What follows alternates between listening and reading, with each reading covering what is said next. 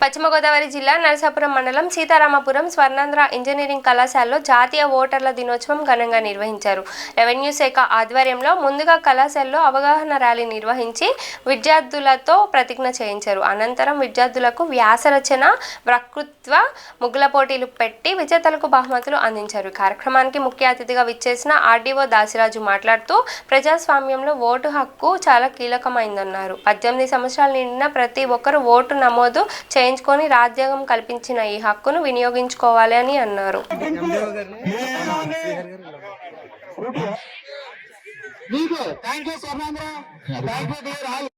భారతదేశ పౌరులైన మన దేశ సాంప్రదాయాలను నిష్పక్షపాత నిలబెడతామని మతం, జాతి, కులం, వర్గం ఎటువంటి వ్యక్తులకు ప్రభావితం కాకుండా ప్రతి ఎన్నికల్లో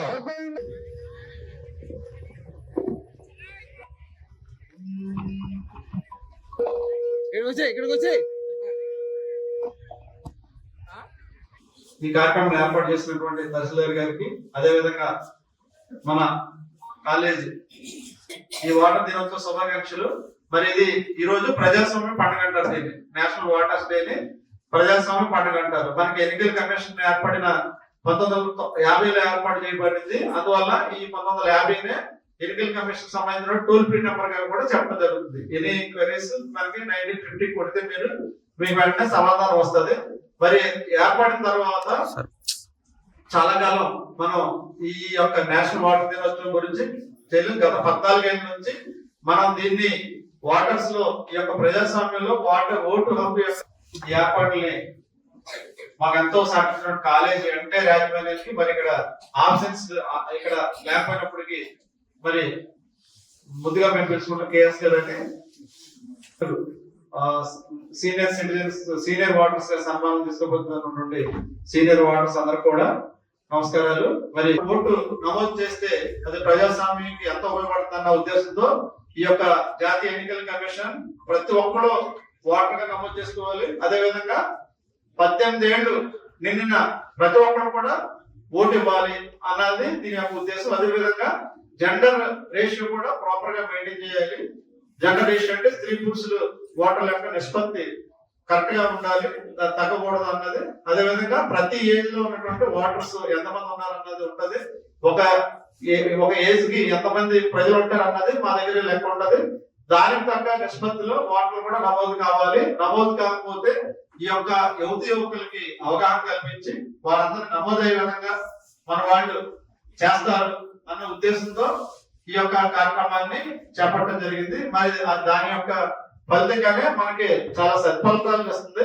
మరి ఈ యువకులకి ఈ యొక్క ఓటు యొక్క విలువ తెలియజేయడం కోసం వివిధ పోటీలు, వక్తృత్వ పోటీలు, వ్యాసరచన పోటీలు, తర్వాత రంగోలీ పోటీలు ఇవి కూడా నిర్వహించి వాళ్ళు ఈ యొక్క దాని పట్ల ఆసక్తిని ఓటు నమోదు చేసుకోవడానికి, అదేవిధంగా ఓటు నమోదు చేయించడానికి, తర్వాత ఓటు వినియోగించుకోవడానికి కూడా వీళ్ళు అవగాహన కల్పించాలన్న ఉద్దేశంతో ఇది పెట్టడం జరిగింది.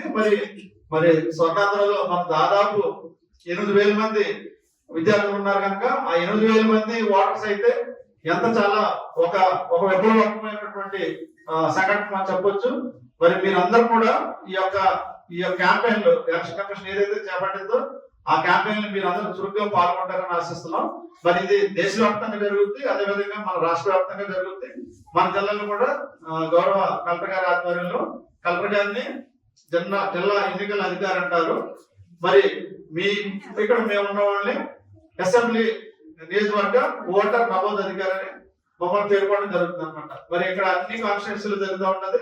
మీరందరూ కూడా కంపల్సరిగా ఓటు వేయడానికి ఓటర్గా నమోదు అవ్వాలి, ఓటు వేయాలి. ఇదే నినాదంతో మనం చేయడం జరుగుతుంది. మీరందరూ ఈ యొక్క కార్యక్రమాల ఉత్సాహంగా పాల్గొన్నందుకు, రంగోలీ పోటీలో పాల్గొన్నందుకు అందరూ కూడా ధన్యవాదాలు తెలుపుకుంటూ thank you very much. Thank you Swarnandhra.